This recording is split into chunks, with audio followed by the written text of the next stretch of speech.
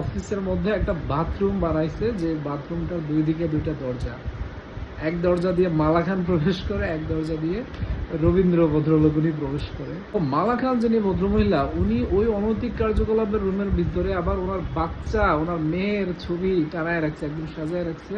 এই রুমগুলোর মধ্যে সরিষার তেল পাওয়া গেছে, সেই লোকগুলো সুন্দর করে ফুলদানি দিয়ে আপনার ঢেকে দিচ্ছে। খালি গায়ে অর্ধনগ্ন বা ফুল নগ্ন হয়ে রুমের ভিতর বসে থাকে। তখন থেকেই কেন হইচই হলো না? মুখ খুলবেন হচ্ছে তারা যাওয়ার পরে, মুখ খুলবেন আর সাপোর্ট নেবেন বর্তমান যারা আছে তাদের।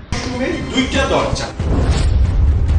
আমরা তো সাধারণত হাজব্যান্ড ওয়াইফও একত্রে রুম বাথরুম শেয়ার করি না, কিন্তু এখানে কিভাবে সেটা বাথরুম শেয়ার করতে? এই পাশে চাবি, এবং এটা বোঝার উপায় নাই এই ফুলদানি দিয়ে ঢেকে দিলে যে এখানে একটা আলাদা দরজা আছে। কিন্তু যখন এটা খুলে দেওয়া হয় তখন কিন্তু আসলে ঠিক আমরা ভিতরের সেই যে রহস্য